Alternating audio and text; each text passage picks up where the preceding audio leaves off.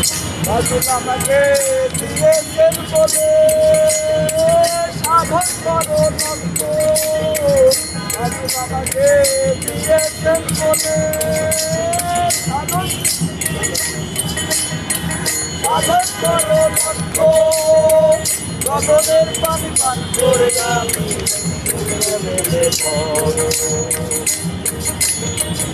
আগে বলে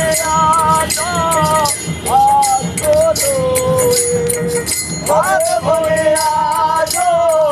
আসলে চলো আগে বলে